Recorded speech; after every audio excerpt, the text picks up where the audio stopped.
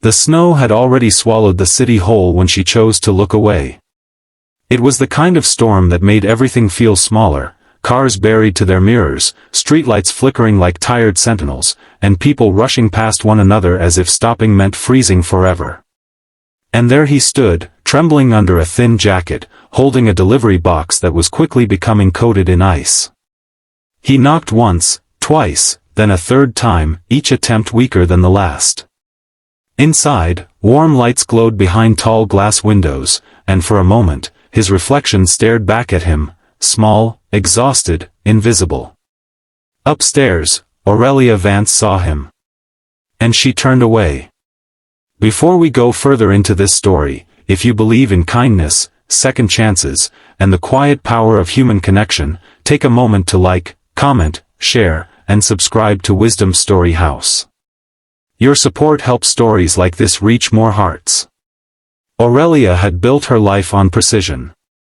Every decision she made, every risk she took, was calculated down to the last detail.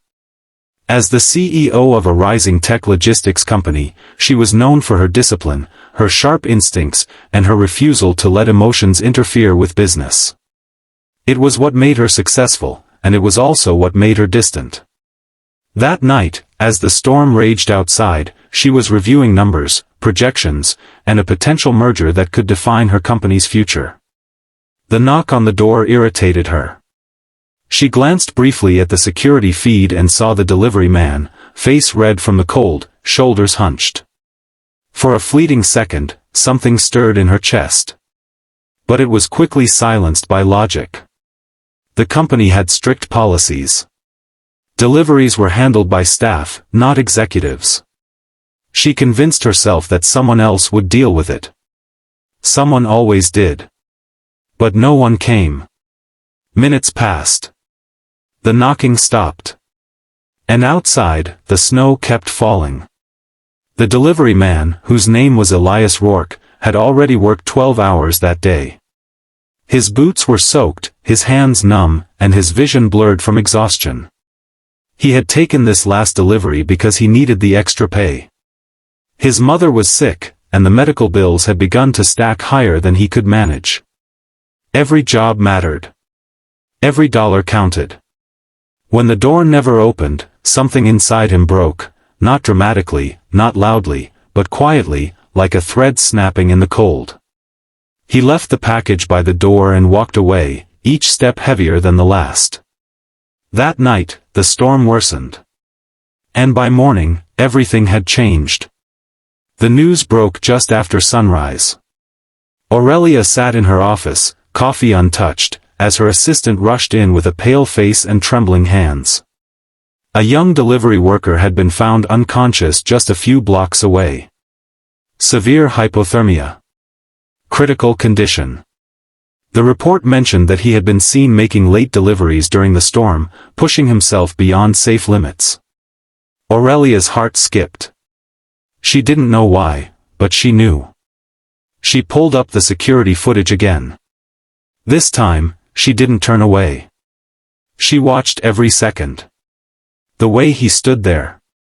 The way he knocked. The way he waited. And then the moment he gave up and left. For the first time in years, Aurelia felt something she couldn't calculate. Guilt. It didn't hit her all at once. It crept in slowly, like the cold seeping through a crack. She tried to dismiss it. She told herself it wasn't her responsibility. She told herself she couldn't have known. But deep down, she knew the truth. She had seen him. And she had chosen not to act. That truth followed her throughout the day, through meetings, through emails, through every attempt to focus.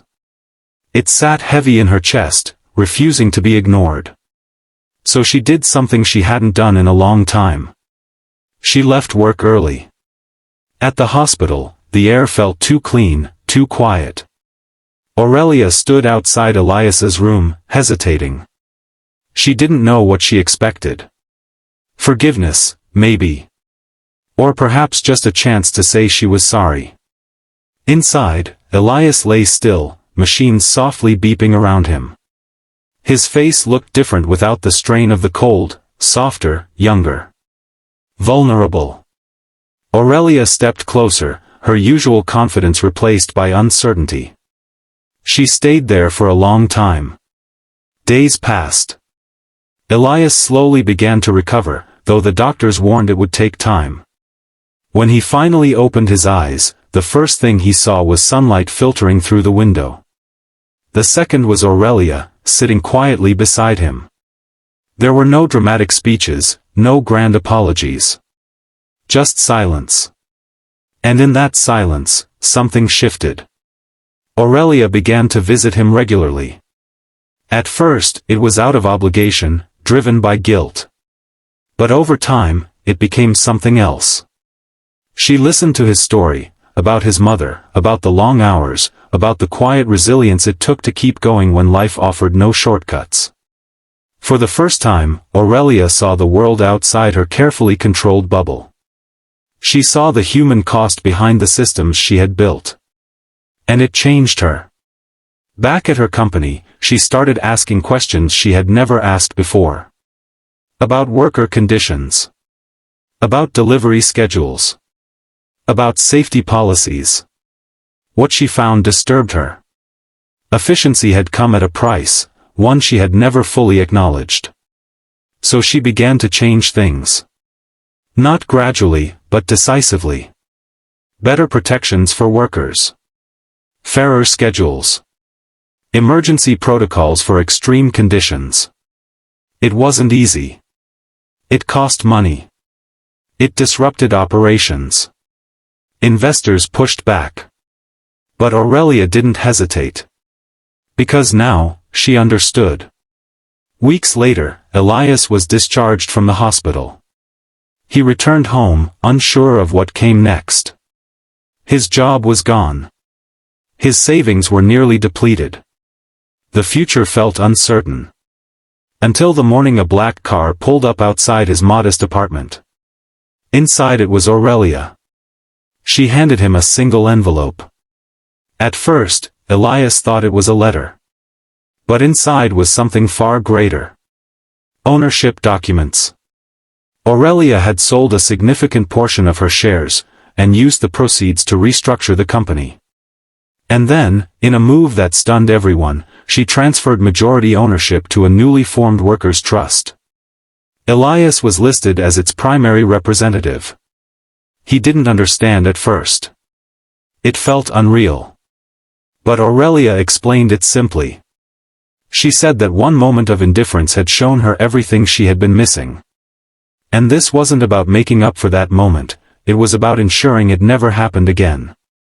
She wasn't just changing her company. She was giving it away. Elias stood there, overwhelmed, unsure of what to say. But in his eyes, there was something powerful. Not just gratitude. But hope. If this story touched your heart, if it made you think about the moments where small choices can change lives, please take a moment to like, comment, and share it with someone who needs to hear it. Your support helps stories like this continue to inspire others. And before we close, here's a special request. Comment below. Kindness always returns, if you believe even the smallest act of compassion can create the biggest change.